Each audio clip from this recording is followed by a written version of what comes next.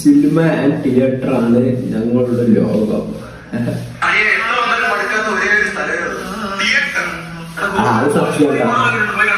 എത്ര നമ്മൾ തിയേറ്ററിൽ പോയാലും മടുക്കാത്ത സ്ഥലം എന്ന് പറഞ്ഞാൽ തിയേറ്ററാണ്. കാരണം ഓരോക്കെ പോകുമ്പോൾ ഓരോ സിനിമയോട് നമുക്ക് ഒരിക്കലും കൂട്ട് അവിടെ പോകണം മടുക്കുകയല്ല.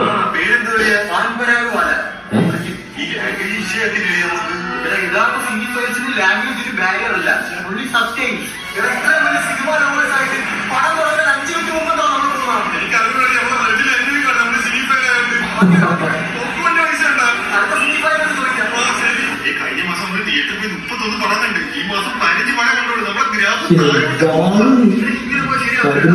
ഒരു മാസം സിനിമ കാണുമ്പോ സന്തോഷം വരുന്ന സിനിമ കാണുമ്പോ വിഷം വരുന്ന സിനിമ കാണുമ്പോ എനിക്ക് സിനിമ ഫ്രണ്ട്മാരാവട്ടെ.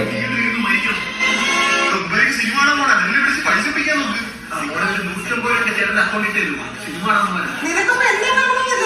നിന്നെ കണ്ടായി തിയേറ്റർ എക്സ്പീരിയൻസ് കിട്ടും.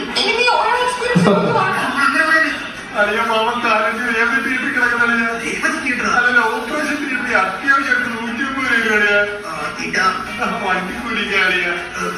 Thank you. കിട്ടുന്ന പടമാണ് നമ്മളിപ്പോ കണ്ടത്. ഇതൊക്കെ OTT കാണുന്നവർക്ക് മനസ്സിലാവൂ.